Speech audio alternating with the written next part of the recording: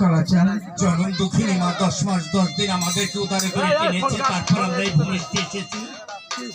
আরে কত যত্ন সহকারে জননী মা আমাকে এক পাশে রেখে দিয়েছে, আমি সেই পাশটা গদিয়ে মুখ দিয়ে ভিজিয়ে দিয়েছি। জননী মা পাল্টিয়ে আমাকে আর এক পাশে রেখেছি, আমি সেই পাশটাও ভিজিয়ে দিয়েছি। মা সন্তানকে কোথায় রাখবে?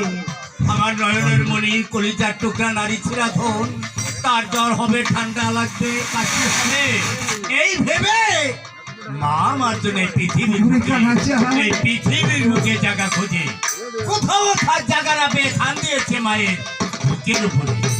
মায়ের 32 ধারে দুগ্ধ আমরা পান করেছি, আরে নিজের মুখের অন্ন আমাদেরকে কেড়ে খাওয়ারে তারপরে এত বড় করেছে। আজ মিষ্টির মতো তুমি সেই জননী মাকে ভাগি দিয়ে যাবে? আমার দ্বারা সম্ভব হবে না। মায়ের কাছ থেকে বিদায় আনতে পারলে তুমি, তবেই তোমার পিছনে যেতে পারি। কালাচান রে, আর সত্য কথা, আমি যে এক মায়ের একই সন্তান রে, মা কখন আমাকে বিদায় করে দিবে না। বরঞ্চ তুই এক কাজ কর, রাস্তার মাঝে দাঁড়িয়ে থাকে মায়ের কাছ থেকে বিদায় নিয়ে এসো তুমি। তাই ধীরে ধীরে কালাচান করিলেন গোবর মায়ের কাছে যা দিচ্ছে দর্শন।